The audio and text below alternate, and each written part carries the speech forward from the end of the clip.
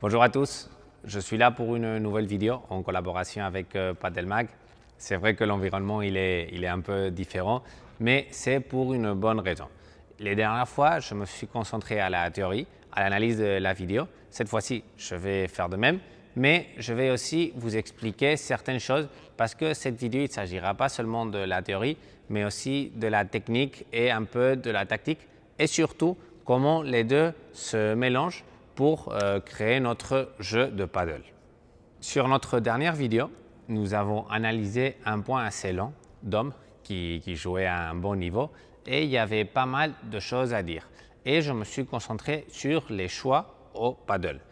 Pour finir cette vidéo, je vous ai montré aussi une vidéo très courte où il y avait seulement un geste qui nous intéressait d'un point de femmes du même tournoi et j'ai reçu pas mal de questions auprès de ce point et pourquoi elle ne se replace pas, pourquoi…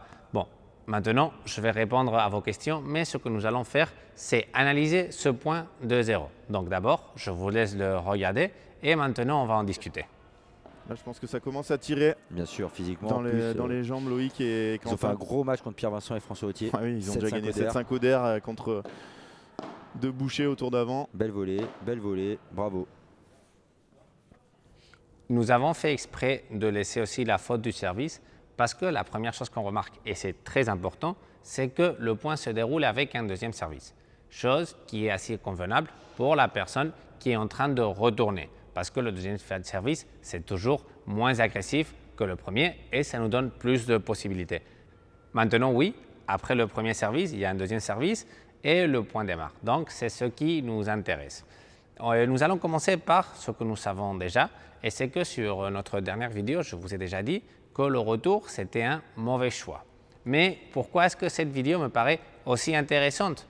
Bon, parce que c'est un point qui a seulement 5 gestes, 5 coups, mais il y a énormément de choses à dire sur un seul coup. Donc, nous allons le décortiquer pour bien le comprendre. Le paddle, qu'il faut le voir comme une articulation entre la technique et la tactique. C'est un sport beaucoup moins technique au niveau de frappe que le tennis. Les gestes sont assez plus faciles à obtenir, mais par contre, la tactique, elle est vraiment complexe. Donc là-dessus, il faut vraiment faire une bonne évaluation de chaque balle pour savoir ce que nous pouvons faire, donc ce que notre technique va nous permettre de faire, et décider au mieux possible pour essayer de gagner le point. Pour bien comprendre ce mauvais choix, c'est plus facile si je me mets à la place de la joueuse et je vous l'explique pour que vous voyez ce que ça donne, ce mauvais choix. Donc la joueuse a été en position de défense pour retourner le service, elle a quitté sa position et elle a frappé une balle. Donc vous maintenant, vous êtes placé à la place de mes adversaires. Regardez l'espace énorme qui reste libre. Donc cette balle, c'est une balle facile, c'est ce que nous ici, chez Paddle Stuff, on appelle une zone 1, mais c'est très long à expliquer maintenant. Mais c'est une balle un peu piège parce qu'elle est très facile, mais elle nous oblige énormément à quitter notre position. Et si notre balle qu'on joue n'est pas excellente, on risque de se faire attaquer. Et c'est ça qui est arrivé sur cette vidéo.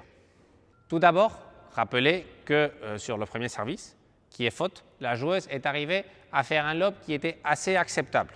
Donc, je suppose qu'elle est très capable de réaliser ce type de lob avec un deuxième service. Et en voyant le résultat de son retour en bas, avec sa boîte à outils, donc avec sa technique, le meilleur choix aurait été le lob. Mais comment est-ce que cette joueuse peut faire pour améliorer son retour de service et pour avoir plus de possibilités? Première chose à faire au paddle, c'est de bien se déplacer. Et c'est là où il y a une mauvaise technique de la part de la joueuse. Et c'est qu'après sa frappe, elle continue d'avancer. Donc, au lieu de récupérer sa position immédiatement pour la protéger, ce qu'elle fait, c'est laisser un espace libre encore plus longtemps. Donc, elle perd le point juste après cette frappe. Pour éviter de laisser cet espace ouvert, il y a une deuxième chose à réfléchir et c'est la gestion du temps. Et c'est que la balle de cette joueuse n'est ni assez forte ni assez lente pour gagner du temps. Donc, si la balle avait été beaucoup plus forte, au moins elle aurait embêté énormément ses adversaires. Donc, ils auraient eu du mal à diriger la balle à l'espace libre. Mais bon, ça c'est une chose très difficile à faire et beaucoup plus simple, ça aurait été de jouer ce revers beaucoup plus lent pour que la balle flotte et le temps que cette balle flotte, elle aurait eu le temps de récupérer sa position. Donc, dans le paddle, nous pouvons voir, il y a plusieurs choses. Une, ce sont les choix qui sont conditionnés par la technique, par la compréhension tactique. Et en plus, il y a la gestion du temps qu'on va faire avec ce choix. Et avec ce temps, le but, c'est toujours de récupérer une de nos positions. Cette fois-ci, ça n'a pas été bien fait. Donc, la conclusion du point, c'est très facile. Le point, il est perdu. Et il n'y a aucune chance de récupérer sa position et de défendre. Bon, j'espère que vous avez trouvé cette vidéo intéressante. En tout cas, moi, je trouve que c'est un point très intéressant où il y a beaucoup de choses à dire en très peu de gestes. D'ailleurs, nous avons essayé de le faire. Et ce que je voulais à travers cette vidéo, c'est de vous faire comprendre que le paddle consiste en une articulation entre la technique et la tactique et que l'une sans l'autre, elles ne peuvent pas vivre. Donc, je vais me permettre aussi de vous donner un petit conseil. Essayez de ne pas vous frustrer avec ce sport. C'est un sport très amusant, c'est un sport très complexe. Et en général, si vous perdez plusieurs fois le point avec le même geste ou dans les mêmes situations, la solution ne sera pas de prendre plus de risques. La solution ne sera pas seulement de corriger le geste du bras.